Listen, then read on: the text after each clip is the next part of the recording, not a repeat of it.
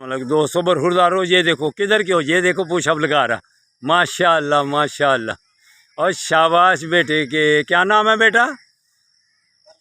अरसलान, माशाल्लाह सेहतमंद है बेटा। ये देखा, आप भी बेटे आओगे तो अरसलान की तरह आपकी भी वीडियो भी बनाएंगे और आपको सेहतमंद भी करेंगे जैसे ये अरसलान है। ये देखे सारे बेटे, ये देखो, ओके, थैंक यू। ये देखे खेल रहे हैं, सारे बेटे खेल रहे हैं। तो जो भी आएगा क्रिकेट खेलने, और शाबाश, छक्का लगा दिया इसने। तो बेटो आप भी आएँ, हम आपको भी सेहतमंद बनाएं।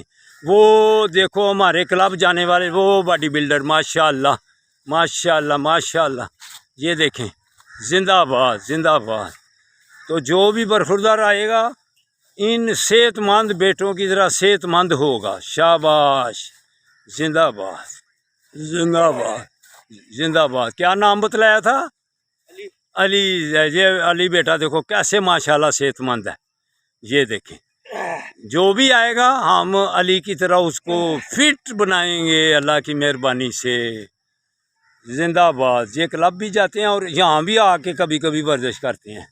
तो बरखुरदारो आओ पार्क में, अगर सेहतमंद रहना है, अस्पतालों से बचना है, पबजी से तो गंदे चैनलों से बचना है, तो फिर आपको पार्क में आना पड़ेगा। अल्लाह हाफिज़, अल्लाह हाफिज़।